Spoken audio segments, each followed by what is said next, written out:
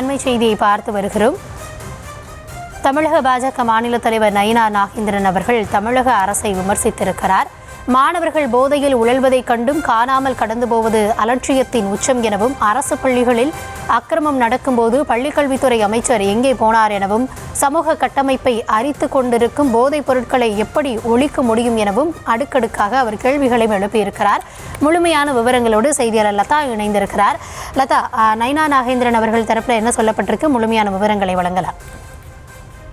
வணக்கம். திமுக அரசை கண்டித்து பாஜக மாநில தலைவர் நயினார் நாகேந்திரன் எக்ஸ் வலைதளத்தில் பதிவு ஒன்று வெளியிட்டிருக்கிறார். அதில் சென்னை வியாசர்பாடியில் இயங்கி வரும் அரசு மேல்நிலைப் பள்ளியில் 11ஆம் வகுப்பு படிக்கும் மாணவன் பள்ளிக்கு கஞ்சா எடுத்து சென்ற சம்பவம் இந்த போதை மாடல் அரசின் அவல ஆட்சிக்கான உதாரணம் என்று குறிப்பிட்டிருக்கிறார்.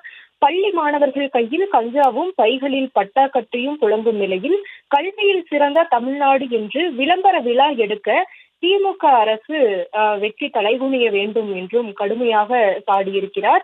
அப்பா என்ற அடைமொழிக்கு ஆசைப்படும் முதல்வர் அவர்கள் தனது கண்முன்னே பள்ளி குழந்தைகள் இப்படி போதையில் மூழ்கி தடம் புரள்வதை கண்டும் காணாமல் கடந்து போவது அலட்சியத்தின் உச்சம் என்றும், அரசு பள்ளி எனது கோட்டை என்று முழங்கிய பள்ளிக்கல்வித்துறை அமைச்சர் அன்பில் மகேஷ் அவர்கள் அரசு பள்ளிகளில் இத்தனை அக்கிரமங்கள் நடக்கையில் எங்கே போனார், என்ன ஆனார் என்று தெரியவில்லை என்றும் குறிப்பிட்டிருக்கிறார். மேலும் 11 வயது பள்ளி மாணவர்களுக்கு கூட கஞ்சா விற்கப்படுகிறது என்றால் திமுகவின் ஏவல் துறை, திமுகவினுடைய காவல்துறை எந்த அளவிற்கு ஆழ்ந்த உறக்கத்தில் இருக்க வேண்டும் என்ற கேள்வியை முன்வைத்திருக்கக்கூடிய நயினார் நாகேந்திரன் தங்களின் ஆட்சிக்கு எதிராக சமூக வலைதளங்களில் பதிவிடுபவர்கள் மீது, தங்கள் வாழ்வாதாரத்திற்காக போராடுபவர்கள் மீதும் பொய் வழக்கு போடுவதில் மட்டுமே திமுக அரசு கவனம் செலுத்தி கொண்டிருந்தால் நமது சமூக கட்டமைப்பை அரித்து கொண்டிருக்கும் போதைப் பொருள் எப்படி ஒழிக்க முடியும்? இப்படிப்பட்ட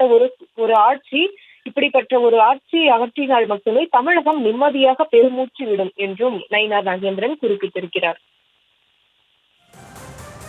விவரங்களுக்கு நன்றி லதா.